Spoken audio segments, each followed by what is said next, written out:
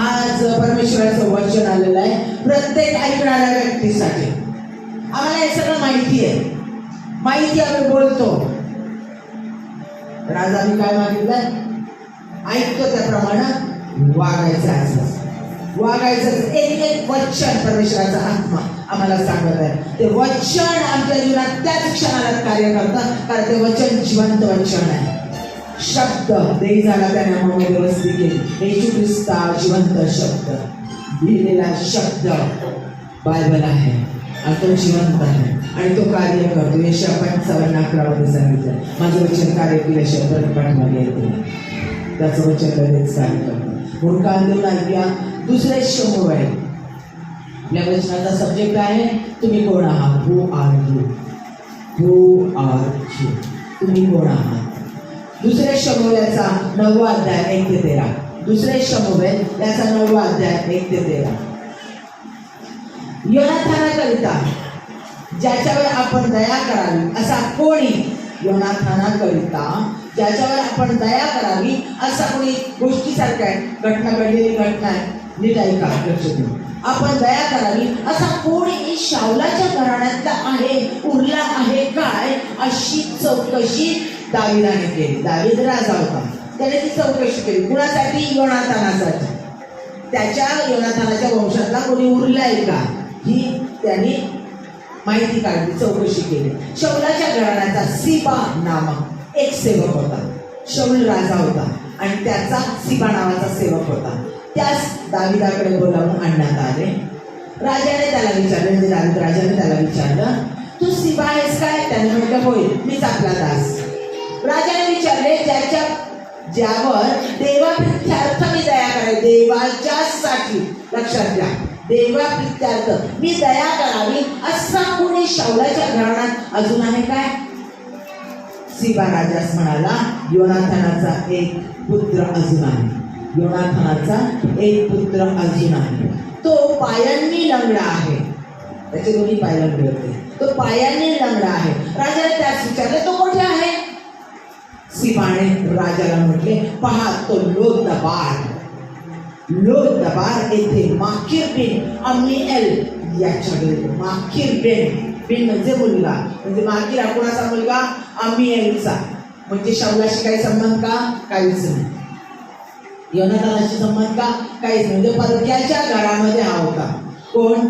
बघा, तो मुलगा लोदबार येथे माकीर बिन अम्मीएल याच्या घरी असतो.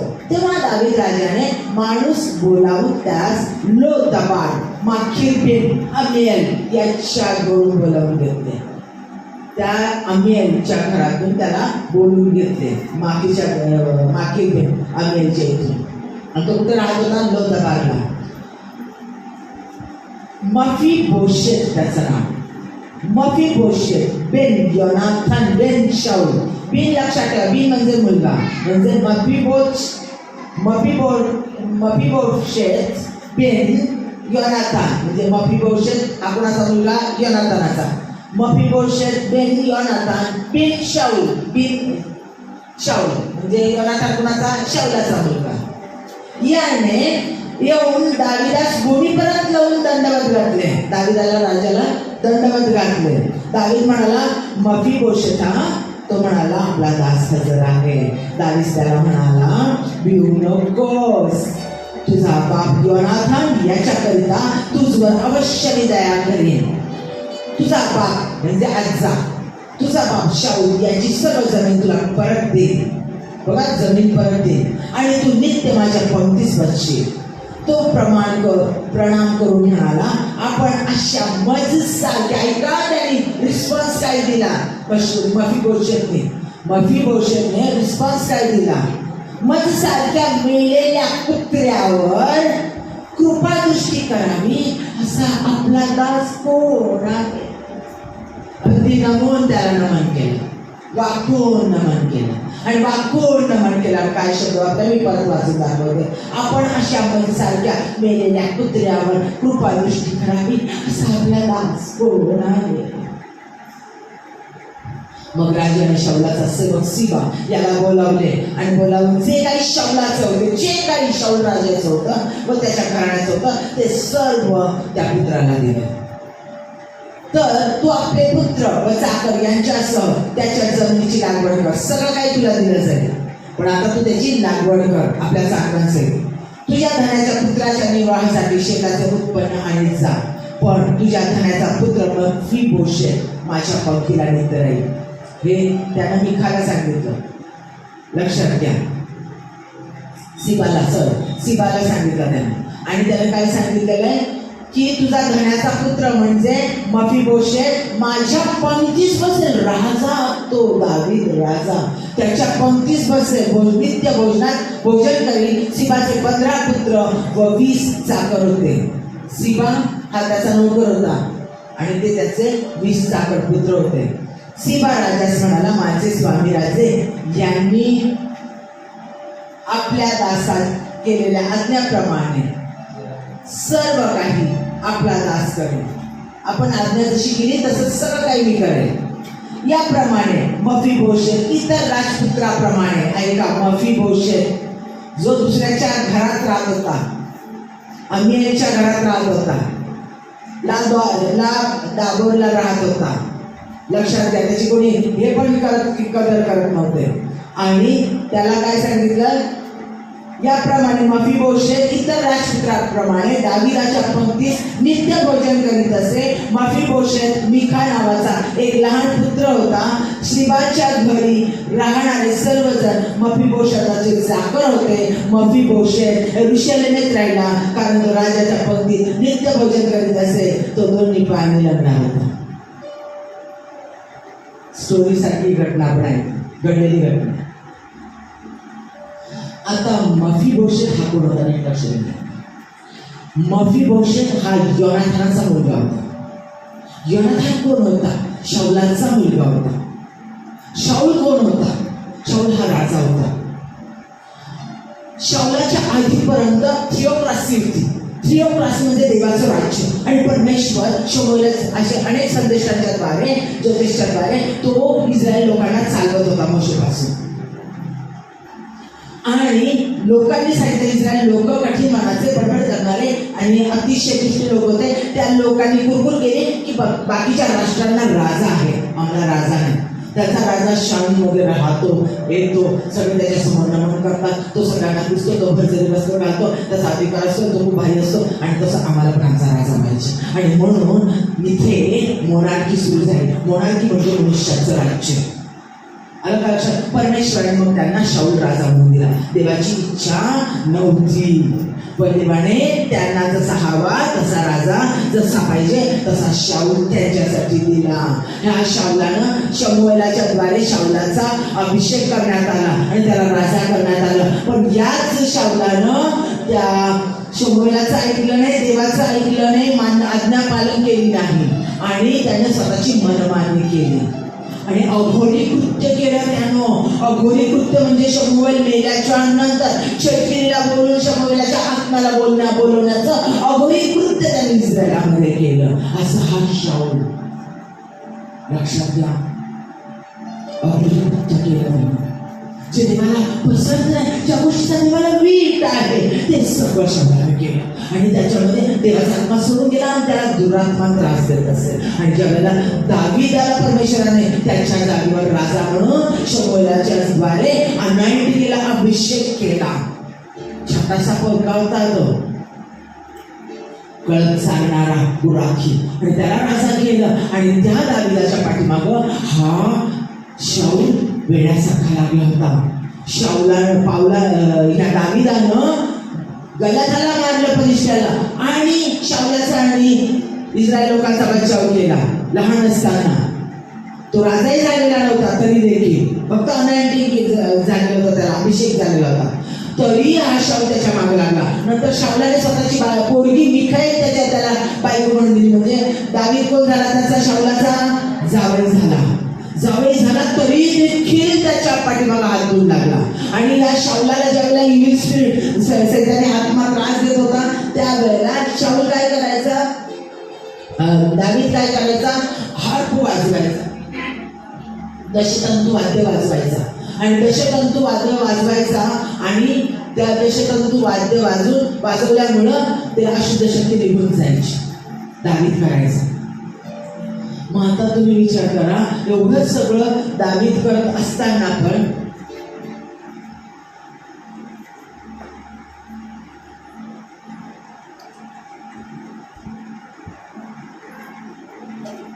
एवढं सगळं दावीद त्याच्यासाठी करत असताना देखील हा शाऊल त्याच्या पाठीमागे होता. त्याचा नाश करायला, त्याला मारून टाकायला टपलेला होता. फक्त मारायला नाही, त्रास द्यायला नाही, तर त्याला पूर्ण किल करण्यासाठी, त्याचा नाश करण्यासाठी टपलेला होता. लक्षात घ्या, देवानं हा शाऊल राजा दिला होता आणि तरी हा शाऊलाला ज्याला देवाचा आत्मा सोडून गेला त्याला अशुद्ध आत्म्याचा पगडा घेतला आणि देवाचा अभिषिक्त दावीद त्याचा नाश करण्यासाठी तो टपलेला होता. अधिकार होता शाऊलाकडे, सत्ता होती त्याच्याकडे. ज्या वेळेला सत्ता अधिकार डोक्यात येतं आणि अशुद्ध शक्ती चालवते त्यावेळेला ती व्यक्तीला काहीच कळत नाही. ती व्यक्ती वेड्यासारखं सैतानाचं ऐकून देवाच्या लोकांचा नाश करण्यासाठी धावत राहते. पैसा, सत्ता, वैभव आणि सगळ्या लोकांचं सामर्थ्य वापरून त्याचा नाश करायला पाहते. दावीदाला सळो की पळे करून सोडलं. या शाऊलानं सळो की पळो करून सोडलं, नको नको करून सोडलं. आणि हीच मिखाईल जी शाऊलाची पोरगी होती. ज्या वेळेला दावीद देवाच्या कोशाच्या समोर नाचत होता त्यावेळेला ही मिखाईल त्याला कुचक्यानं बोलली, तिला राग आला, तिने त्याला तुच्छ लेखलं आणि म्हणून परमेश्वराने तिची कुस बंद केली. ही कुणाची आत्या, कुणाची बहिणी? योनाथानाची बहीण, शाऊलाची मुलगी, योनाथानाची बहीण, दावीदाची बायको. आणि ती कुणाची आत्या? योनाथानाची, आपल्या मफीबोशेताची आत्या. बरोबर आहे? म्हणजे मफीबोशेत हा योनाथानाचा मुलगा होता. त्याची आत्या दावीदाला तुच्छ लेखणारी, कुचक्यामध्ये वागणारी. शिवाय हा शाऊल त्याचा नाश करून पाहणारे. आणि आता मफीबोशेत हा अमियलच्या घरामध्ये लोदाबार या ठिकाणी होता आणि तो दोन्ही पायाने अपंग होता आणि दुसरे लोक त्याला सांभाळत होते. कोणी त्याची काळजी करत नव्हते. असा हा मफीबोशेत होता. कळालं? आणि हा मफीबोशेत दावीदानं काय केलं? त्याला शोधून काढलं. कुणासाठी? योनाथानासाठी. कारण योनाथान मरण्याच्या आधी त्याने योनाथानाला वचन दिलं होतं की मी तुझ्या वंशाला सांभाळेल, त्यांचं रक्षण करेल, त्याचा नाश करणार नाही. ते वचन देवासमोर दिलेलं होतं. ते देवासमोर दिलेलं वचन त्याला आठवलं आणि त्यांनी त्याला दुसऱ्याला सांगून त्याला बोलावून घेतलं. त्याला बोलावून घेतल्याच्या नंतर त्यानं काय म्हटलं दावीद राजानं? परत एकदा वाचूया. दावीद राजानं म्हटलं, भिऊ नकोस, तुझा बाप योनाथान, म्हणजे त्याला माहिती होतं मफीबोशेतला की माझ्या आजोबांनी याला खूप त्रास दिलेला आहे, माझ्या घरच्यांनी याला त्रास दिलेला आहे, त्याला नाकीनऊ केलेला आहे, मारून टाकत होते. तरी आता हा राजा झालेला आहे, सगळं वैभव माझ्या बापाचं सगळं त्याच्या हातात गेलेलं आहे. कारण योनाथान आणि शाऊल युद्धामध्ये मारले गेलेले होते, हरले म्हणून मारले गेलेले होते. त्यांचं सगळं दावीदाच्या ताब्यात आलेलं होतं. लक्षात घ्या. आणि म्हणून हा घाबरलेला होता. तो त्याला म्हणतो, दावीद भिऊ नको, तुझा बाप योनाथान याच्याकरिता मी तुझवर अवश्य दया करीन. तुझा बाप आजोबा म्हणजे शाऊल याची सर्व जमीन तुला परत देईन आणि तू नित्य माझ्या पंक्तीला बस, नित्य माझ्या पंक्तीला बस. पंक्तीला कोण राजाचे बसायचे? राण्या देखील नाही, फक्त राजपुत्र. लक्षात घ्या. राज परंपरा अशी होती, राजाच्या पंक्तीला फक्त त्याचे मुलं राजपुत्र बसले जायचे. राजपुत्रांमध्ये स्वतःचा मुलगा म्हणून त्याला बसवलं शेवटपर्यंत. आणि त्याने उत्तर काय दिलं त्याला? जेव्हा राजा असा बोलला त्यावेळेला तर मफीबोशेत त्याला उत्तर दिलं, आपण अशा सारख्या मेलेल्या कुत्र्यावर कृपा दृष्टी करावी असा आपला दास करू नये.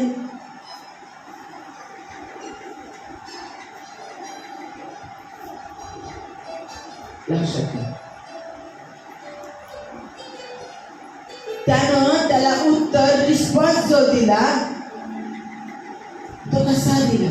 दावीद हा यरूशलेमचा फाउंडर होता.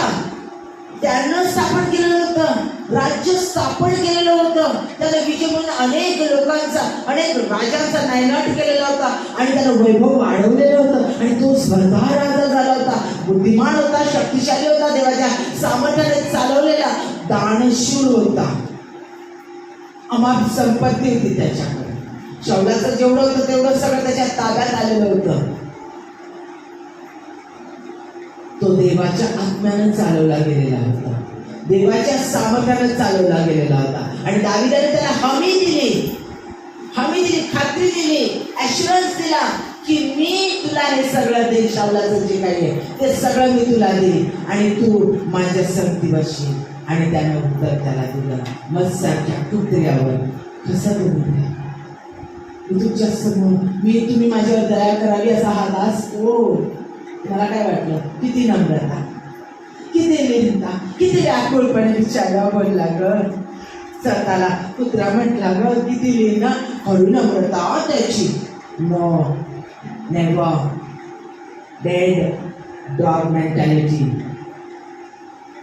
डेड डॉग मेंटॅलिटी म्हणतात त्याला, मेलेल्या कुत्र्याची मानसिकता. आणि हे काय नवीनच ऐकतं, असं तर कधी ऐकलं नाही. डेड डॉग मेंटॅलिटी हे कधीच ऐकलं नाही. मेलेल्या कुत्र्याची मानसिकता अशी नसते बाबा, कधीच नाही ऐकलं आम्ही, आम्हाला नाही माहिती. असं माझ्या प्रियांना आम्ही करतो, आम्ही वागतो. परमेश्वरा आम्ही चिंधी आहोत, परमेश्वरा आम्ही तुच्छ आहोत, परमेश्वरा आम्ही तुझे दास दासी आहोत, परमेश्वरा आम्ही कीटक आहोत, परमेश्वरा आम्ही सोडलेल्या, आम्ही टाकलेलं, परमेश्वरा आम्ही अनाथ आहोत, परमेश्वरा आम्ही गरीब आहोत, परमेश्वरा आम्ही विधवा आहोत, परमेश्वरा आम्ही बेकार आहोत, परमेश्वरा आम्ही दारुडा होतो, परमेश्वरा मी असा होतो, मी तसा आहे, मी असा आहे, मला कोणी जीव लागत नाही, मी वयस्कर आहे, माझं आता सगळं संपलेलं आहे, माझी शक्ती क्षीण झालेली आहे, माझ्यात काही उरलेलं नाही, मी अनेक पाप केलेली अशी वाटते. कुणाला माहिती नाही, पण तुला सगळं माहिती आहे. परमेश्वर मी खूप तुच्छ, मी तसा आता नम्र देईन तुझ्या सगळं. राम राम राम राम राम राम. प्रियांनो, असं आम्ही चालताना देखील देवाने सांगितलंय नम्र व्हा. माणूस चालताना देखील प्रेस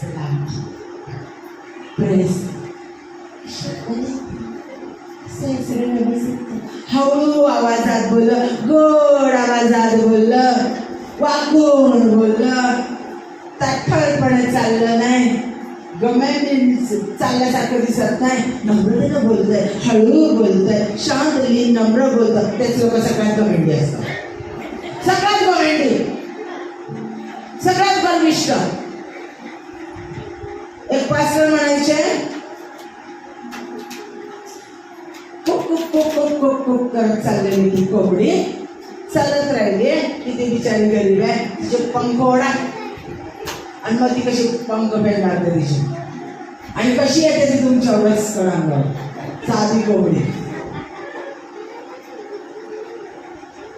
तसे आम्ही ख्रिश्चन लोक होतो.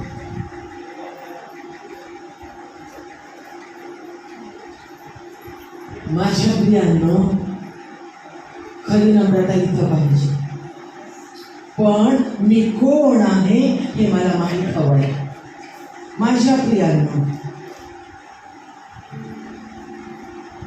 दाविदाने असं म्हटलंच नव्हतं की योनाथानाचा कोणता उत्तमातला उत्तम मुलगा, उत्तमातली उत्तम कोण व्यक्ती आहे, तिला माझ्यासमोर आणा, मी त्यांना सगळं देते. जो शूर आहे, जो बेस्ट आहे, जो उत्तम आहे, त्याला मी सगळं देऊन टाकते. कोण आहे योनाथानाचं, त्याला माझ्याजवळ आणा, असं म्हटलं नव्हतं. जो कोण उरला आहे त्याला घेऊन या.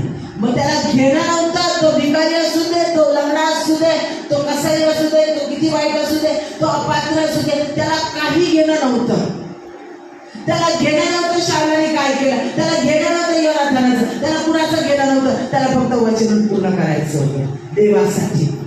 आणि म्हणून त्याने बोलवलेला घेऊन या, जो उरलाय त्या सगळ्यांना घेऊन या. त्याच्यात एकच उरलेला होता, त्या उरलेल्याला शोधून आणा, घेऊन या. त्याला फक्त त्याला आशीर्वादित करायचं होतं, त्याला रिस्टॉर करायचं होतं, त्याचा सांभाळ करायचा होता. त्याला सगळं जे उत्तम आपल्या लेकरासाठी देतो, जे आपलं जे उत्तमाचं उत्तम ते सगळं त्याला द्यायचं होतं. त्याला स्वतःच्या जवळ ठेवून सदैव शेवटपर्यंत, जीवनाच्या शेवटापर्यंत त्याला आनंद द्यायचा होता.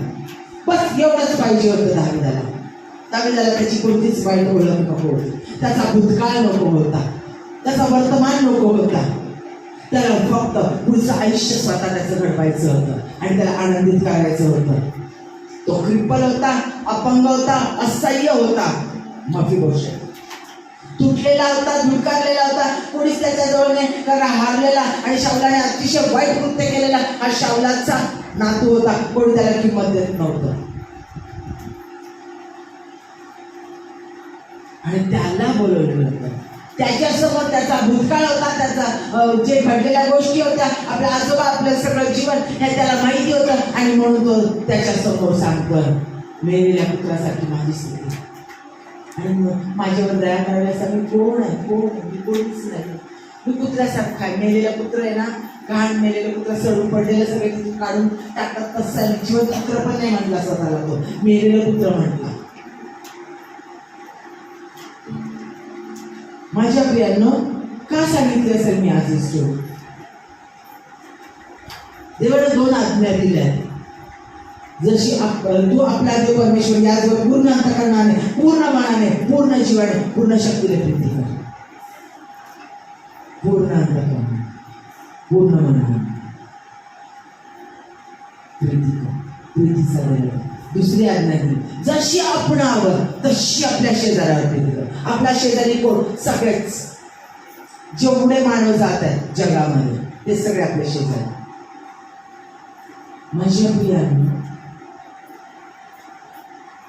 जर मी माझ्यावरच प्रीती करू शकत नाही तर मी दुसऱ्यावर काय प्रीती करणार आहे? सायकोलॉजी सांगते, मानसशास्त्र सांगतं, शरीरशास्त्र पण सांगतं. जर आम्ही आमच्या स्वतःवरच प्रीती करत नाही, आम्ही दुसऱ्यावर कधीच प्रीती करू शकत नाही. आणि आम्हाला स्वतःवर प्रीती करण्यासाठी आम्ही स्वतःला ओळखलं पाहिजे. आम्ही कोण आहोत? मी कोण आहे? माझं अस्तित्व काय आहे? मी कोण आहे हे मला ओळखणं गरजेचं आहे. जोपर्यंत मी ओळखत नाही तोपर्यंत मी दुसऱ्यावर प्रीती करू शकत नाही. पूर्ण मनाने, पूर्ण जीवाने, पूर्ण शक्तीने परमेश्वरावर प्रीती करू शकत नाही. अतिशय बारीक असा काटा आहे हा आमच्या शरीरात. आणि आज देव तो काटा काढत आहे. आज देव तो काटा काढत आहे. स्वतःला ओळखा. Who are you? येशूला आम्ही अंतःकरणात घेतो. तो आमचा तारणारा देव होतो. तो आमच्या अंतःकरणामध्ये येतो. लक्षात घ्या, जेनेसिस मध्ये उत्पत्ती पहिला अध्याय 27 वचन जरी गेल्यानंतर वाचा, तुम्हाला माहिती आहे परमेश्वरानं मानवाला त्याच्या प्रतिरूपाचा बनवलं, त्याच्या सारखा बनवलं, त्याच्या प्रतिरूपाचा बनवलं. म्हणजे त्यानं किती प्रेम केलं त्याच्यावर? स्वतः सारखं, स्वतःची डुप्लिकेट, स्वतः सारखं त्याला बनवलं. लक्षात घ्या. आणि ज्या वेळेला आम्ही येशू ख्रिस्ताला आमच्या अंतःकरणात स्वीकारतो त्यावेळेला तो आमच्या अंतःकरणात येतो, आमचा ताबा तो घेतो, तो आमच्यात राहतो. मी हे परत एकदा सांगते, तुम्हाला माहिती आहे तरी काही जे नवीन असतील त्यांच्यासाठी मी सांगते की ज्या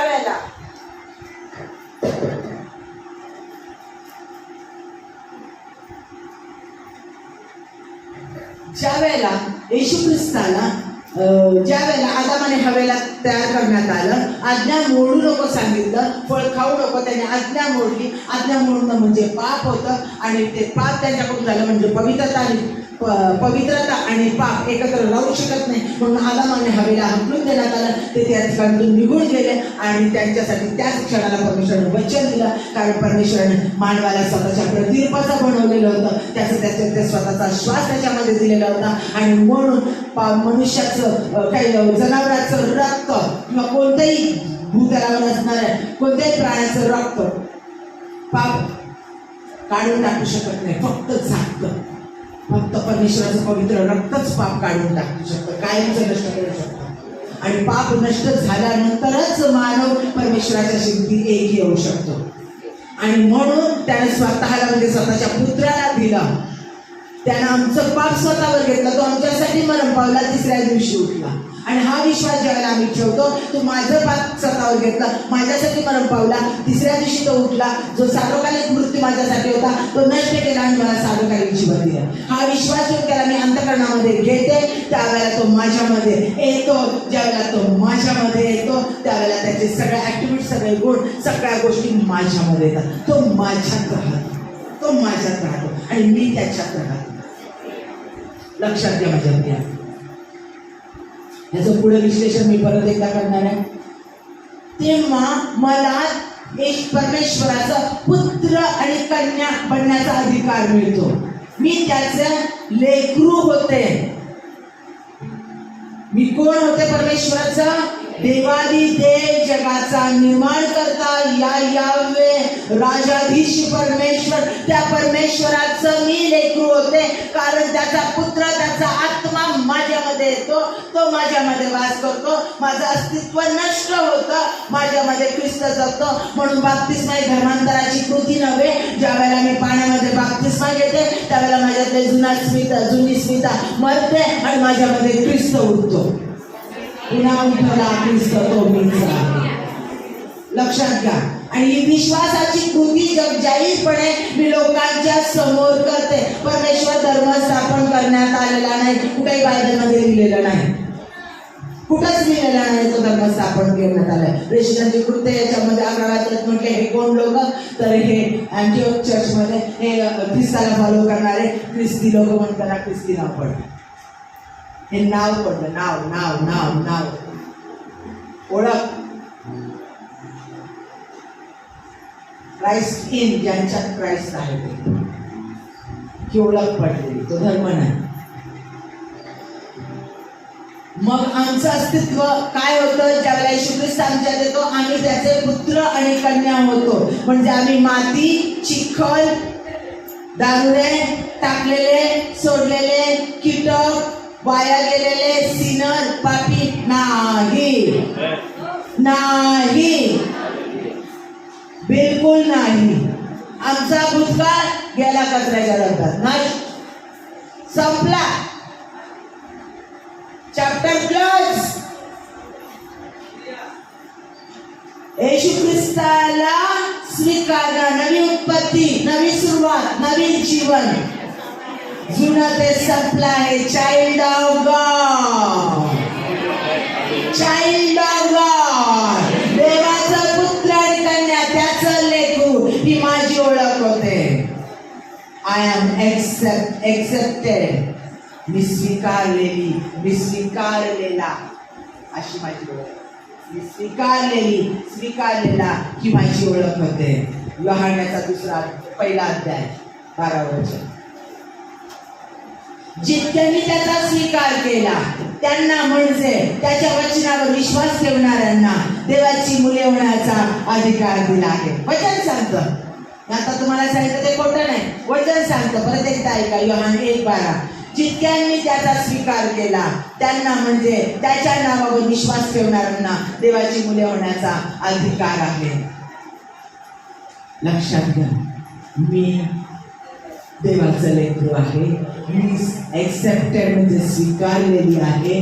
दुसरा, मी सुरक्षित आहे, त्याच्या कवचामध्ये आहे, कारण तो माझ्यामध्ये आहे. यशया 43 मध्ये सांगितलंय पुढचं, मी कोण आहे? अनमोल आहे. कोण आहे? अनमोल आहे. यशयाचा 43 अध्याय 1 वचन, मी अनमोल आहे.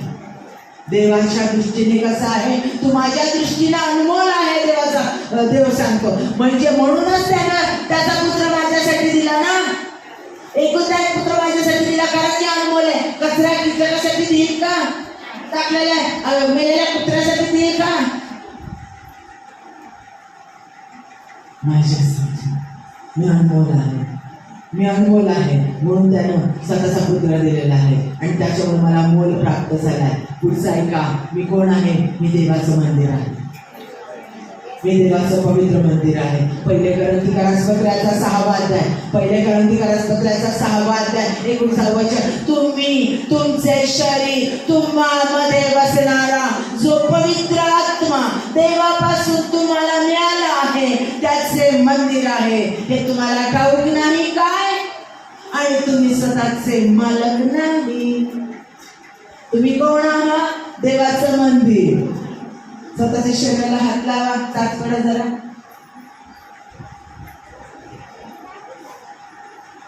मी देवाचं मंदिर आहे. वाव, माझ्या देव राहतो.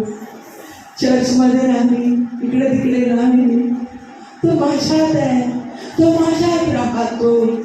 मी त्याचं पवित्र मंदिर आहे, माझं शरीर त्याचं पवित्र मंदिर आहे. आणि हे देवाचं वचन सांगतं आणि देवाचं वचनच सत्य आहे, कारण ते जिवंत आहे. आणि देव म्हणतो गणाला 23 मध्ये, मी मनुष्य नाही की खोटं बोलावं, जे मी बोलतो ते करतोच करतो. तो त्याचं प्रत्येक अभिवचन पूर्ण करतो. मी वृद्ध जरी झाले, मी देवाचं मंदिर आहे. मी छोटी असले, मी देवाचं मंदिर आहे. मी स्त्री असले, मी देवाचं मंदिर आहे. मी पुरुष असलं, देवाचं मंदिर आहे. भूतकाळ होता, चुका झाल्या, गोष्टी झाल्या, संपलं. येशू ख्रिस्ताला स्वीकारलं, तो माझ्यात आला. देवादी देव माझ्यामध्ये वस्ती करतो.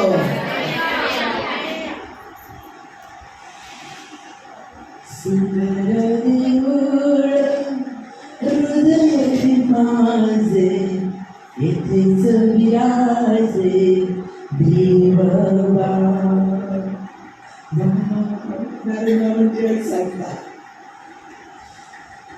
मग मी किती किती अनमोल आहे, कळतंय? म्हणा मी अनमोल आहे. छातीवर हात ठेवून म्हणा, म्हणा.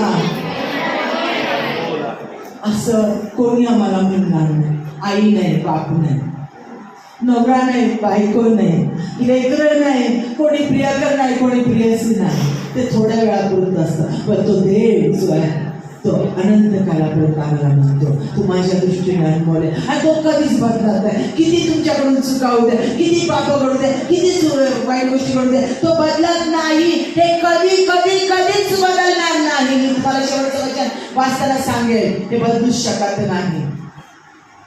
पुढचं म्हणजे आपण मोलाने विकत घेतलेल्या. वाव, देवादी देव परमेश्वर ज्याने सगळं काही निर्माण केला त्यानेच विकत घेतलंय मला. हो, तुम्ही मोलाने विकत घेतला. त्यांनी त्याचं रक्त आमच्यासाठी दिलं, खंडणी म्हणून. खंडणी म्हणून त्याचं रक्त दिलंय, ओतलंय आणि सैतानाच्या तावडीतून आम्हाला घेतलंय, बाहेर काढलं. सार्वकालिक नरकातून सार्वकालिक त्या नरकाच्या गोष्टीतून आम्हाला बाहेर आणलंय. लक्षात घ्या. पहिले करंथीकरास पत्राचा 6वा अध्याय 20 वचन, कारण तुम्ही मोलाने विकत घेतलेले आहात. कारण तुम्ही मोलाने विकत घेतलेले आहात म्हणून तुम्ही आपल्या शरीराने देवाचे गौरव करा.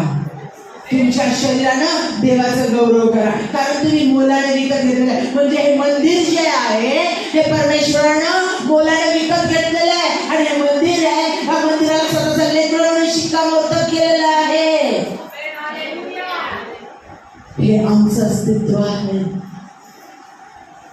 म्हणजे आम्ही कोण आहोत हे नीट लक्ष देऊन ऐका. दुसरी गोष्ट, आम्ही परमेश्वराचे मित्र आहोत. परमेश्वराचे मित्र, हो, आम्ही परमेश्वराचे मित्र आहोत. परमेश्वराचे मित्र, स्त्री असू दे, पुरुष असू दे, आम्ही परमेश्वराचे मित्र. लहान असू दे, वयस्कर असू दे, आम्ही परमेश्वराचे मित्र आहे. देवाचं वचन सांगतं योहानाचा 15वा अध्याय 15व्या वचनात, मी आतापासून तुम्हाला दास म्हणत नाही. मी आतापासून तुम्हाला दास म्हणत नाही, कारण धनी काय करतोय दासाला ठाऊक असं नसतंय. परंतु मी तुम्हाला मित्र म्हटले आहे, कारण जे काही मी आपल्या पित्यापासून ऐकून घेते ते सर्व मी तुम्हाला कळवले आहे. हे येशू ख्रिस्त स्वतः बोललाय. त्याच्या तोंडचे शब्द आहेत. जो येशू ख्रिस्ताला आपला तारणारा म्हणून स्वीकारतो तो देवाचं लेकरू होतो. शिवाय त्याच्या संगती लेकरासंगती इंटिमेट रिलेशनशिप नसते आपली. लेकराला आपण सगळं सांगतो का? आईने जन्म दिलाय, बापाने जन्म दिलाय लेकराला. लेकराला तुम्ही तुमच्या गुप्त गोष्टी सांगाल का? तुम्हाला ऑफिसमध्ये काय मार बसली, कोणी तुम्हाला तुच्छ लेखलं, तुमच्या बायकोने कशी भांडली, तुम्ही त्याला लेकरांना सांगाल का? बायको सांगेल, आई सांगेल का आपल्या लेकराला? बाप सांगेल का आपल्या लेकराला? पण आम्ही कुणाला सांगतो? मित्राला सांगतो, सगळं सांगतो. तेव्हा आम्हाला मित्र म्हणते. आम्ही त्याचे लेकरू आहोत.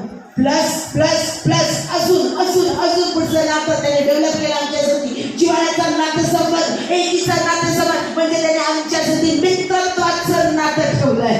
त्याने आम्हाला मित्र म्हटलंय. म्हणजे का मित्रत्वाचं नातं ठेवलंय? कारण मी सगळं तुम्हाला सांगतो, सगळं तुम्हाला शेअर करतो, असं स्वतः येशू ख्रिस्त म्हटलं. मित्र सगळं सांगतो, काही गुप्त ठेवत नाही. मैत्रिणीमध्ये काही लाजलज्जा असते? सगळं सांगतो की नाही? सगळं गुप्त सांगतो. इव्हन नवरा काय वागतो, काय करतो, काय नाही, सगळं मैत्रिणीला सांगतो.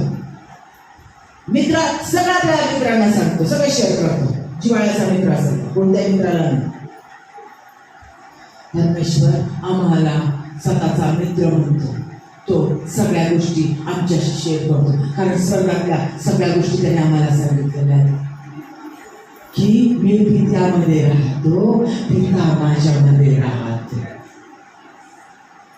मी तुम्हामध्ये राहीन, तुम्ही माझ्यामध्ये राहा. वाव, लक्षात घ्या माझ्या प्रियानं. तो आमच्यात राहतो, आम्ही त्याच्यात राहतो. आमचं अद्वैत्य एक जीव असलेलं नातं आहे. चिवष्ट कंचष्ट, म्हणजे आम्ही एकमेकापासून वेगळे होऊ शकत नाही, असं आमचं नातं आहे परमेश्वराचं. लक्षात घ्या. पुढचं म्हणजे आम्ही सुटका प्राप्त झालेले, सुटका प्राप्त झालेले, सुटका मिळालेले लोक आहोत. कलसीकरास पत्राचा 1 अध्याय 13 वचन. त्याने आपल्याला अंधाराच्या सत्तेतून काढून आपल्या प्रिय पुत्राच्या राज्यात आणून ठेवले. आपण देवाच्या राज्यात राहतो. आपण कुठे राहतो? देवाच्या राज्यात राहतो. आणि त्याने आपल्याला त्याच्या पुत्राच्या राज्यात आणून ठेवले, ज्याला आम्ही त्याला स्वीकारलं. पुढची गोष्ट म्हणजे मी धार्मिक आहे. मी धार्मिक आहे. माझं अस्तित्व काय आहे? मी धार्मिक, रायचियस, होली, पायस. बापरे, मी तर काय म्हणतो, मी अमंगळ आहे, माझ्याकडून चुका झाल्यात, माझ्याकडून पाप झाले, माझ्याकडून हे झालं ते झालं, मी अशुद्ध आहे, मी अपवित्र आहे. परंतु देव काय सांगतो? ज्यावेळेला तुम्ही येशू ख्रिस्ताला देव म्हणून स्वीकारता, त्यावेळेला त्याची धार्मिकता तुमच्यामध्ये येते आणि तुम्हाला त्याची धार्मिकता प्राप्त होते. तुम्ही पूर्ण धार्मिक होता.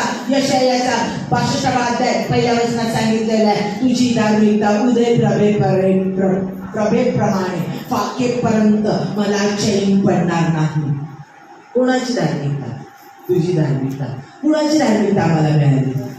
माझी धार्मिकता नाही, मला येशू ख्रिस्ताची धार्मिकता नाही. ज्यावेळेला तो माझ्यात राहतो, त्याची धार्मिकता मला प्राप्त होते, त्याचा प्रकाश मला प्राप्त होते. ज्यावेळेला परमेश्वर माझ्याकडे पाहतो, त्यावेळेला माझ्यामध्ये फक्त येशू ख्रिस्त दिसतो.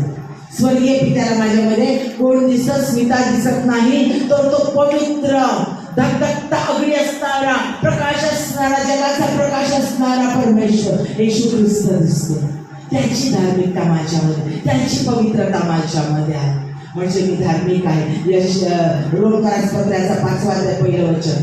रोमकरास पत्राचा 5 अध्याय 1 वचन. म्हणून आपण विश्वासाने नीतिमान ठरवलेले आहोत. रायचियस, नीतिमान ठरवलेले आहोत. म्हणून आपल्याला आपल्या प्रभू येशू ख्रिस्ताच्या द्वारे देवाबरोबर शांती आहे. प्रभू येशू ख्रिस्ताच्या द्वारे देवाबरोबर आपल्याला शांती आहे. प्रीतीचं नातं आहे, एकीचं नातं आहे. पहिले करंथीकरास पत्राचा 6 अध्याय 10 ते 11. पहिले करंथीकरास पत्राचा 6 अध्याय 10 ते 11. चोरी, लोभी, मद्यपी, चहाड, वित्तहरण करणारा म्हणजे पैसा चोरणारा, वित्तहरण करणारा यांना देवाच्या राज्याचे वतन मिळणार नाही. देवाचं वचन मिळणार नाही. आणि तुम्हापैकी कित्येक जण असे होते येशू ख्रिस्ताला स्वीकारण्याच्या आधी, कित्येक जण असे होते तरी तुम्ही येशू ख्रिस्ताच्या नावात व आपल्या देवाच्या आत्म्यात धुतलेले, पवित्र केलेले व नीतिमान ठरविलेले असे आहात. कसे आहात तुम्ही? म्हणा मी धुतलेला, पवित्र केलेला, नीतिमान ठरवलेला असा आहे. मी धुतलेला, पवित्र केलेला, नीतिमान ठरवलेला आहे. काय आणि येशू ख्रिस्ताला धन्यवाद. म्हणजे आम्ही किती अनुभव आहोत, पवित्र, नीतिमान, शुद्ध आणि परमेश्वर आमच्या आणि त्याच्या प्रतिरूपाचे, त्याच्यासारखे आम्ही आहोत. पुढचा ऐका, तुम्ही जगाचे प्रकाश आहात. देव जगाचा प्रकाश आहे. तर हो, आम्ही ऐकलेला आहे. हो, मत्तयाचा 5वा अध्याय 14व्या वचनात सांगितलंय, तुम्ही जगाचा प्रकाश आहात. मी जगाचा प्रकाश आहे असा परमेश्वर येशू ख्रिस्त स्वतः म्हणतो. आणि तो तुमच्यामध्ये, तो प्रकाश तुमच्यामध्ये राहतो. तर तुम्ही कोण होता? प्रकाश होता. मेणबत्ती घेतली, अंधार आहे तिथं, अंधारात मेणबत्ती नेऊन ठेवली तर त्या खोलीत अंधार आहे म्हणाल का तुम्ही? कारण त्या खोलीत काय आहे? प्रकाश आहे. बरोबर आहे. माझ्यामध्ये ज्यावेळेला येशू ख्रिस्त राहतो त्यावेळेला अंधकार नाहीसा होतं, माझं घाणेरडं अस्तित्व नाहीसं होतं आणि माझ्यामध्ये उरतो तो फक्त काय? प्रकाश. म्हणजे मी स्वतः जिथे जाईल तो परमेश्वर, जगाचा प्रकाश, ज्याने सूर्य आणि तारे निर्माण केले. प्रकाशाचा स्रोत सूर्य नव्हे, प्रकाशाचा खरा स्रोत परमेश्वर आहे. तो प्रकाशाचा निर्माण करता, तो स्वतः प्रकाश आहे. आणि तो प्रकाश ज्यावेळेला माझ्यात राहतो, मी ज्या ज्या ठिकाणी जाते त्या त्या ठिकाणी मी प्रकाश कॅरी करून जाते, प्रकाश घेऊन जाते. कोण घेऊन जाते? प्रकाश घेऊन जाते. लक्षात घ्या, आम्ही जगाचे मीठ आहोत. म्हणा, मी जगाचं मीठ आहे. मी जगाचं मीठ आहे. म्हणतो याचा 5वा अध्याय 13वं वचन, तुम्ही जगाचं मीठ आहात. तुम्ही जगाचं मीठ आहात. निर्जंतुक करणारं, चव आणणारं मीठ माहिती आहे ना? निर्जंतुक करतं, सूज कमी करतं, म्हणजे जगाचे आजार कमी करणारे, जगाचे सूज येणार म्हणजेच गर्व, घमेंड, अहंकार, सगळं स्वतःला फुगवण्याचा गुणधर्म, सगळ्या घाणेरड्या गोष्टी नष्ट करण्याचं, निर्जंतुक करण्याचं काम करणारे असे तुम्ही मीठ आहात, ज्याच्याशिवाय जेवणाला चव नाही. म्हणा, माझ्याशिवाय चवच नाही, माझ्याशिवाय चवच नाही. माझं अस्तित्व स्पेशल आहे. माझ्या प्रियानं तुम्ही स्पेशल आहात. जाणून घ्या स्वतःला. माझं अस्तित्व स्पेशल आहे. पुढचं म्हणजे स्वर्गीय पित्याच्या उजवीकडे आम्ही बसलेलो आहोत. वा, स्वर्गात त्याच्या उजवीकडे मी चर्चमध्ये बसले.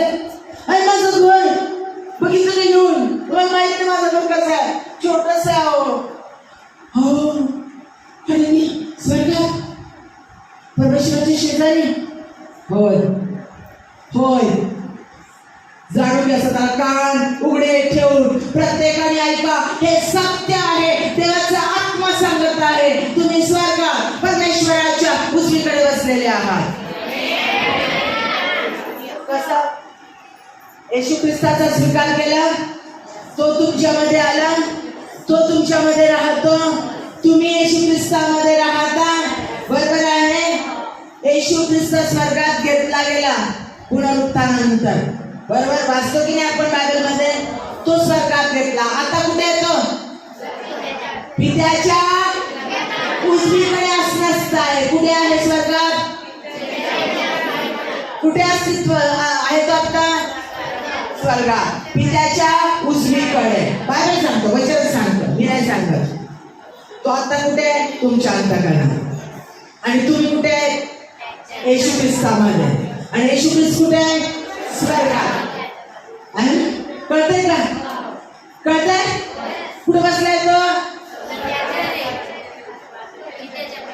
पित्याच्या, म्हणजे येशू ख्रिस्तामध्ये, आत्म्यामध्ये तुम्ही कुणाच्या पित्याच्या उजवीकडे. कुठे बसलाय? पित्याच्या.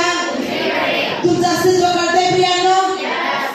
चिंदी माती आहात, कीटक आहात, तुच्छ आहात, स्पेशल आहात. येशू ख्रिस्ताला स्वीकारल्यानंतर हे स्थान तुम्हाला आहे. हे स्थान तुम्हाला आहे. माझ्या प्रियानो, त्याच्या उजवीकडे तुम्ही नसता आहात. आता पुढची गोष्ट ऐका. पिता माझ्यात राहतो आणि मी पित्यात राहतो. म्हणजे मी फक्त पित्याच्या उजवीकडे नाही, येशू ख्रिस्त माझ्या सहित कुणामध्ये आहे? पित्यामध्ये आहे. स्वर्गीय पित्यामध्ये येशू ख्रिस्त राहतो. वचन सांगताय योहान याचा 15 अध्याय घरी गेल्यानंतर 20 ते 25 वेळा वाचा. खरंच वाचा, तुमचा अस्तित्व तुम्हाला कळेल. तुम्ही माझ्यामध्ये राहा, मी तुम्हामध्ये राहतो. जसा पिता माझ्यात राहतो तसे तुम्ही माझ्यात राहा. पिता माझ्यात राहतो आणि मी पित्यामध्ये राहतो. मी त्याच्या आज्ञा पाळतो. म्हणजे तो पित्यामध्ये राहतो, तो त्याच्यामध्ये येशू ख्रिस्तामध्ये आम्ही आहोत. आमच्या सहित तो पित्यात राहतो. म्हणजे आम्ही स्वर्गीय परमेश्वर या पित्यामध्ये राहतो. आत्म्यामध्ये. हे स्पिरिच्युअल रिल्म आहे, स्पिरिच्युअल राज्य आहे. आणि आम्ही आत्म्यामध्ये परमेश्वरामध्ये राहतो. शरीराने आम्ही इथं आहोत. ऑलरेडी स्वर्गीय जीवन आमचं सुरू झालेलं आहे. सार्वकालिक मृत्यू गेलेला आहे. ज्या वेळेला आमचा प्राण जाणार, हे शरीर दुबळं पडणार, त्यावेळेला ही शरीराची वस्त्र आम्ही फक्त टाकून देणार आणि त्या परमेश्वरामध्ये आम्ही आहोत. आमचं जीवन त्याच्यात सुरू झालेलं आहे. ज्याला आम्ही त्याला स्वीकारतो त्यावेळेला. इफिसकरास पत्र याचा 2 अध्याय 5 ते 6. इफिसकरास पत्र याचा 2 अध्याय 5 ते 6. ख्रिस्ताबरोबर आपल्याला जिवंत केलेले, कृपेने तुमचे तारण झालेले आहे आणि ख्रिस्त येशूच्या ठाई त्याच्याबरोबर उठविले गेलेले आणि त्याच्याबरोबर स्वर्गात बसविले गेलेले असे आहोत. देवाचं वचन सांगतो. योहान 15 तरी गेल्यानंतर वाचायचं आणि तुम्हाला कळेल की तुम्ही परमेश्वरामध्ये आहात, परमेश्वर तुमच्यामध्ये आहे. पुढचं आता येशू ख्रिस्त या परमेश्वर कोण आहे? जव्वा रोफेका. जव्वा रोहे हिरा, आरोग्य देणारा देव. अरे माझं हे दुखतं, माझं ते दुखतं, माझं हे दुखतं. अहो माझ्या प्रियांनो, तो आरोग्य देणारा देवच तुमच्यामध्ये आहे. देणारा देव, आरोग्य देणारा देव तुमच्यामध्ये. म्हणा जव्वा राफा माझ्यामध्ये. आनंदाने म्हणावं.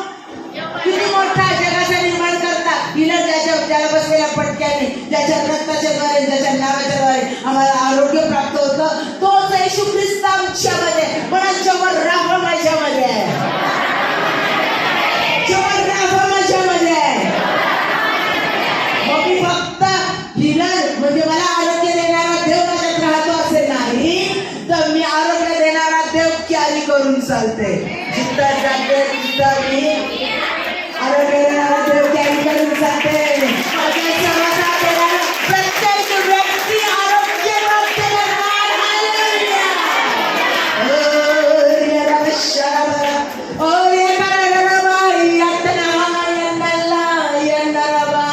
माझ्या सानिध्यात येणारा प्रत्येक व्यक्ती आरोग्य प्राप्त करेल, कारण जव्वा राफा माझ्यामध्ये आहे.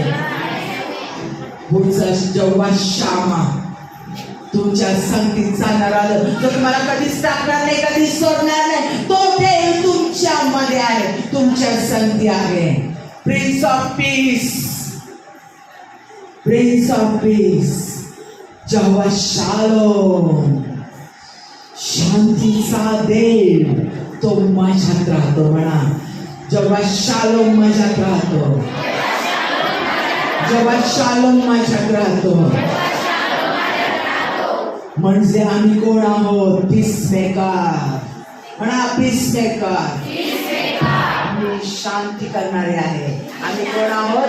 शांती करणारे, पीसमेकर आहोत. म्हणजे जेव्हा शालोम माझ्यामध्ये राहतो.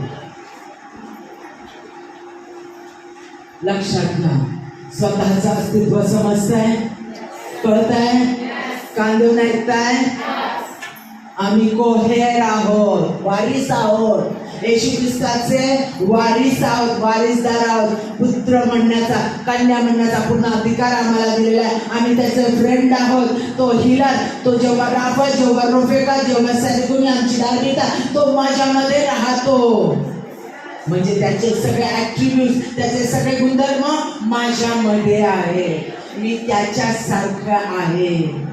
त्यानं त्याच्या प्रतिरूपाचा बनवलं. पण ज्यावेळेला येशूचा आत्मा, येशू ख्रिस्त आमच्यामध्ये आला, त्यावेळेला आम्ही त्याच्यासारखे झालो आहोत. देव नाही, आम्ही देव नाही झालो. लक्षात घ्या, त्याच्यासारखे झालो आहोत. समान, त्याच्यासारखं, त्याच्यासारखं त्यांनी आम्हाला केलेलं आहे. पण देव नाही, ही गोष्ट विसरू नका. मग आता आम्ही आमच्यावर प्रेम करणार. आता कळलंय आम्ही किती स्पेशल आहोत, किती उत्तम आहोत. आम्ही किती वयस्कर असू दे, आयुष्यात आमचं रूप कसंही दिसू दे, ढासळणारं दिसू दे किंवा कसंही दिसू दे, कोणी काही म्हणून दे, कोणी किती नावं ठेवू दे, किती गाण बोलू दे, अरे काय धार्मिकता दाखवते, अरे काय अशी वागते, ही तर अशी, हा तर असा आहे, आणि तो तर तसा करतो, तो तर तसा करतो. कुणाला काय बोलायचं बोलू दे. माझा देव माझ्याबद्दल काय बोलतो.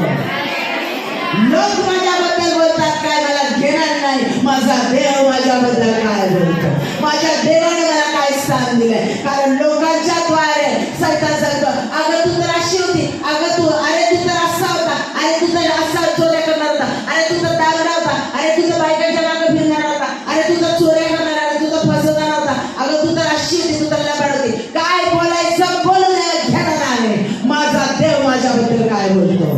कारण सैतान हा ॲक्युजर आहे, नेहमी दोष देणारा आहे, नेहमी आमचा पास टाकून देणारा, भूतकाळ आठवून देणारा, लोकांच्याच द्वारे, तो आमच्या जवळच्या लोकांच्या द्वारे, आमच्या कामावरच्या लोकांच्या द्वारे, घरातल्यांच्या द्वारे, इतरच्या नातेवाईकांच्या द्वारे, आमच्या प्रियजनांच्या द्वारे आम्हाला टोचली देतो. तू अशी आहे, तू तसा आहे, तू तसा आहे, तू तसा आहे, तू अशी आहे, तू तशी आहे.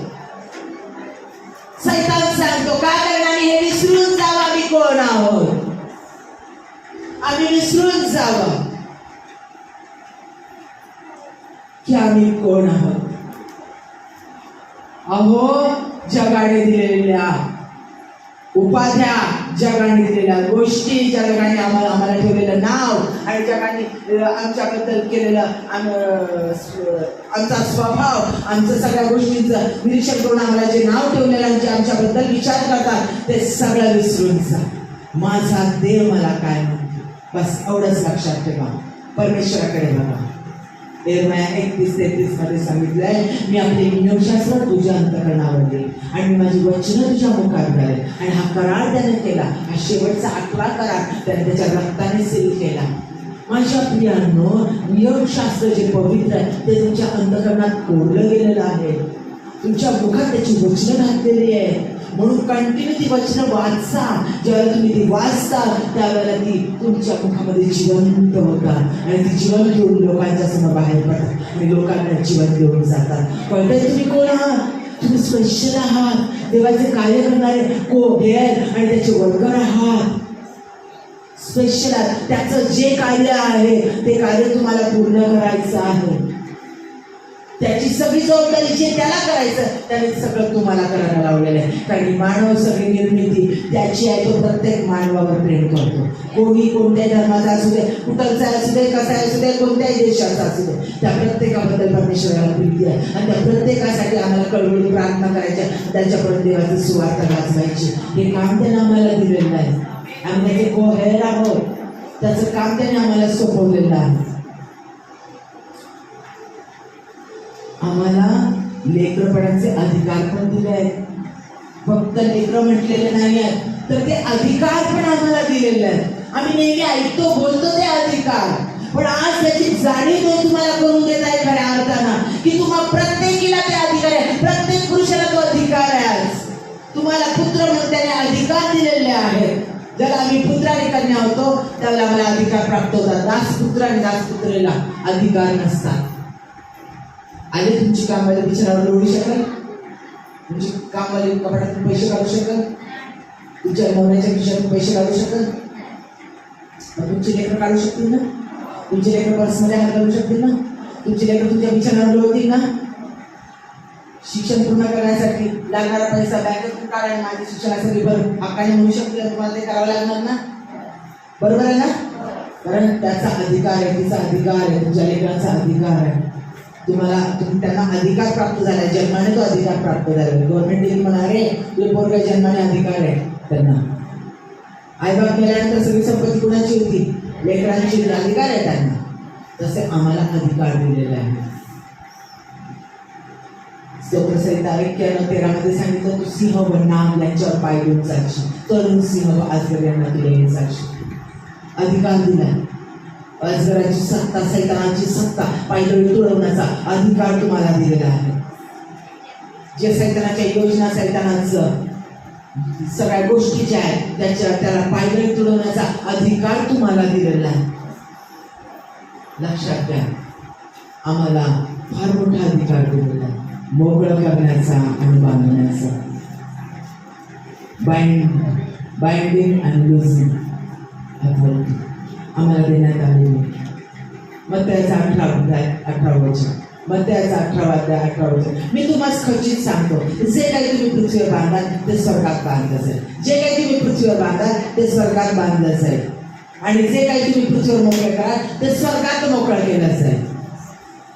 वचन दिल्या, वचन ते वचन देतो, ते वचन पूर्ण करतो. त्याने हे वचन दिलेलं आहे, खात्री दिली, ॲश्युरन्स दिलेला आहे, खात्री दिलेली आहे. मग याचा 16 वचनात म्हटलं, मी तर तुला स्वर्गाच्या किल्ल्या देईन. मग स्वर्गाची किल्ली काय आहे बघा, मी तर तुला स्वर्गाच्या किल्ल्या देईन. किल्ल्या कुणाला दिल्या जातात? पुत्र आणि कन्यांना दिल्या जातात. घरावर अधिकार दिला जातो. तर घराची किल्ली, जा घरात जाऊन राहा. बरोबर आहे? मी तुला स्वर्गाच्या राज्याच्या किल्ल्या देईन. पृथ्वीवर जे काही तुम्ही बांधशील ते स्वर्गात बांधले जाईल, व पृथ्वीवर जे काही तू मोकळं करशील ते स्वर्गात मोकळं केलं जाईल. माझ्या प्रियानं, तुम्हाला परमेश्वराने हे सगळे अधिकार दिलेले आहेत. म्हणजे त्याचे पुत्र आणि कन्या म्हणून आम्ही जे काही सैतानाच्या योजना, सैतानाचं बोलणं, सैतानाचं वागणं, सैतानाची दृष्टी, काय काय सैतानाचे गुणधर्म आहेत? राग, द्वेष, घमंड, गर्व, मीपणा, कुत्सितपणा, मत्सर, हेवा, दावा, नशा, नको त्या घाणेरड्या अमंगळ गोष्टी, व्यभिचार, सगळ्या गोष्टी बांधून टाकण्याचा अधिकार आम्हाला दिला आहे. सून भांडण करते, वाद घालते, तिचं तोंड शेतात जो सैताने रागाचा, तो बांधण्याचा अधिकार आम्हाला येशूच्या नावात दिलाय. जे काही तुम्ही येशूच्या नावात बांधाल ते स्वर्गात बांधलं जाईल. जे काही तुम्ही येशूच्या नावात मोकळं कराल ते स्वर्गात मोकळं केलं जाईल. सैतानाने फायनान्स घेतलाय ओढून, त्याच्यावर त्यांना कर्जात टाकलेला आहे. तुम्ही त्याचा फायनान्स मोकळा करू शकता येशूच्या नावात. तो स्वर्गात मोकळा होईल. मी इथं पृथ्वीवर आणि मी इथं बांधते ते स्वर्गात, तिथं जिथं विमान पण जाऊ शकत नाही, इथं खाली जात बराबर पडतंय. बरोबर? मी तिथं स्वर्गात आणि तिथं बांधलं जाणार आहे. मी इथं बांधलं ते स्वर्गात बांधलं जाणार. मी इथं मोकळं केलं जाणार ते स्वर्गात मोकळं केलं जाणार. होय, तो अधिकार परमेश्वराने दिलेला आहे. ज्या वेळेला आम्ही येशू ख्रिस्ताला स्वीकारतो, येशू ख्रिस्त आमच्या अंतःकरणात येतो, माझ्या प्रियानो, त्यावेळेला त्याचं राज्य, स्वर्गाचं राज्य आमच्यामध्ये सुरू होतं. आम्ही स्पिरिच्युअल रील मध्ये, स्पिरिच्युअल राज्यामध्ये प्रवेश करतो, स्वर्गाच्या राज्यामध्ये प्रवेश करतो. त्याच वेळेला कळलं? आम्ही कुठं प्रवेश करतो? स्वर्गाच्या राज्यात प्रवेश करतो. वाह, प्रार्थना करताना म्हणतो ना प्रभूचे, तुझे राज्य येवो, जसे स्वर्गात तसे पृथ्वीवर, तुझ्या इच्छेप्रमाणे हो. साधी प्रार्थना नाही ती. येशू ख्रिस्ताला स्वीकारलं, त्याचं राज्य आमच्यामध्ये सुरू झालं. स्वर्गाच्या राज्यात आमचा प्रवेश होतो प्रियानो. आणि जे काही तुम्ही इथे पृथ्वीवर बांधतात ते स्वर्गात बांधलं जातं. जे पृथ्वीवर मोकळं करतात ते स्वर्गात मोकळं केलं जातं. किती मोठा पुत्रणी करण्याचा अधिकार तुम्हाला दिलेला आहे. परमेश्वराच्या नावाला टाळ्या वाजवून धन्यवाद द्या. Hallelujah, hallelujah, hallelujah, hallelujah, hallelujah. आता बघा, तुम्हाला काय सांगितलं 21 पत्रामध्ये की तुमचं युद्ध हे रक्त मांसाबरोबर नाही, म्हणजे पुरुष स्त्री बरोबर तुमचं युद्ध नाही आहे, शरीराबरोबर तुमचं युद्ध नाही, तर आकाशातल्या दुरात्म्यांसंग आता तुमचं युद्ध आहे. बरं सांगितलं की नाही तुम्हाला? का? कारण तुम्ही स्पिरिच्युअल रील मध्ये प्रवेश केलाय, स्पिरिच्युअल राज्यामध्ये, त्या जगतामध्ये तुम्ही प्रवेश केलेला आहे, स्वर्गीय राज्यात प्रवेश केलेला आहे. कळतंय का?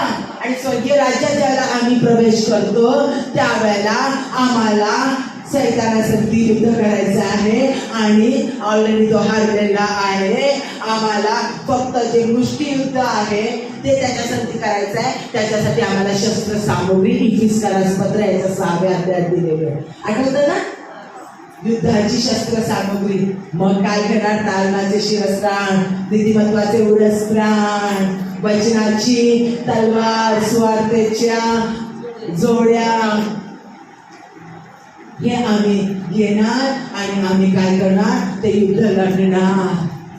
हे सांगितलं ना? वाचतोय की नाही? आता कळतंय काय वाचतो आम्ही काय ऐकतो? कळतंय?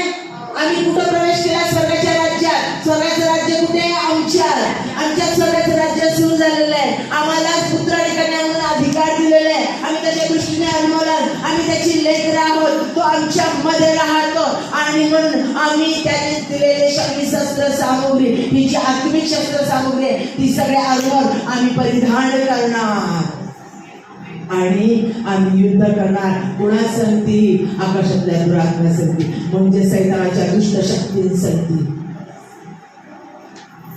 नाश करणं, कपट करणं, कारस्थान करणं, एखाद्याला खाली पाडणं, खोट्या साक्षी निर्माण करणं, खोटे लोक तुडवण्यासाठी उभं करणं, सत्ता हातात आली म्हणून दुसऱ्याचा नाश करायला पाहणं, असे जे काही लोक आहेत, दुरात्मा शक्तीने पेटलेले लोक आहेत, सैतानाच्या शक्तीनं, सत्तेनं, पैशानं जे पेटून गेलेले आहेत, असे लोक जे उद्ध्वस्त करण्यासाठी, खून करण्यासाठी, त्रास देण्यासाठी, तुडवण्यासाठी उठलेले लोक आहेत, अशा लोकांसंगती युद्ध तुम्ही त्यांच्या शरीरासंगती नव्हे तर तुम्ही पवित्र आत्म्याच्या द्वारे, प्रार्थनेच्या द्वारे तुम्ही त्याची वचनं घेऊन आणि त्याची वचनाची तलवार घेऊन हे युद्ध लढणार आहात. प्रियांनो, हा अधिकार तुम्हाला दिलेला आहे. म्हणून प्रार्थना करत असताना आम्ही वचनं क्लेम करणार, वचनं घेऊन आम्ही प्रार्थना करणार. आणि जेव्हा आम्ही वचनं घेऊन प्रार्थना करतो त्यावेळेला ती प्रार्थना स्वर्गातून ऐकली जाते. कारण हे युद्ध करण्यासाठी त्याचे लेकरं म्हणून त्यानं आम्हाला बनवलेलं आहे. येशू ख्रिस्त प्रत्येक बॅटलमध्ये विजयी आहे. तुम्ही खायला तो प्रत्येक बॅटलमध्ये, प्रत्येक युद्धामध्ये तो विजयी झालेला आहे. त्यानं सैतानाचा कायमचा पराजय केलेला आहे. आता हा गर्जणारा सिंह, सिंहासारखा गर्जणारा तो सिंह नाही आहे. तो ज्यावेळेला अनेक मनुष्यांच्या रूपाने आमच्यावर धाड मारून येतो, त्रास देण्याचा प्रयत्न करतो, आजार, रोग, भांडणं, वाद, कोर्ट कचेऱ्या, त्रास देणं, सगळ्या गोष्टीच्या द्वारे, घरात डिवोर्स प्रकरणं, जमिनीचे प्रकरणं, नको ते भांडणं, शेजार पाजारांसाठी, काम, नोकरी जाणं, हे सगळे प्रॉब्लेम जे तो घेऊन येतो, त्या प्रॉब्लेमच्या विरोधामध्ये आम्ही कशा पद्धतीने लढणार आहोत? फेस टू फेस आम्हाला लढायचंय, पण कशा पद्धतीने? वचन घेऊन. कारण आमचं हे युद्ध कुणासाठी आहे? दुरात्म्यांसाठी आहे. करणारा कोण आहे? सैतान आहे. ती दुरात्मा शक्ती आहे, ती मनुष्याचा वापर करून हल्ले करते. पण त्या मनुष्याचा नाश करण्यात अर्थ आहे का? मनुष्य ही परमेश्वराची निर्मिती आहे, तर त्याच्यामध्ये असणारा जो दुरात्मा आहे त्याला आम्हाला वचनाच्या द्वारे बांधून करायचं, बांधून टाकायचं आहे. त्याच्या सगळ्या दुष्टाचे कृत्य आम्हाला बांधून टाकायचं आहे आणि परमेश्वराचं सामर्थ्य मोकळं करायचं. परमेश्वराची वचनांचं सामर्थ्य मोकळं करायचं, आरोग्य येशूच्या नावात मोकळं करायचं आहे. हे अधिकार तुम्हाला दिलेला आहे आणि हे अधिकार तुम्हाला वापरायचे आहे. म्हणून परमेश्वराने म्हटले, येशू मी केलं त्यापेक्षाही तुम्ही अधिक कराल. विश्वास ठेवले तर मी केलं त्यापेक्षाही अधिक कराल. आपले डोळे बंद करा आणि स्वतःला सांगा, मी विश्वास ठेवेल, तुझ्याशिवाय माझं कोणी नाही, तूच माझं सर्वस्व आहे आणि तू माझ्यामध्ये आहे आणि मी तुझ्या साह्याने अशक्य गोष्टी शक्य करेन. परमेश्वर सामर्थ्य देत आहे. ज्यांना गुडघ्यावर येत आहे त्यांनी गुडघ्यावर या.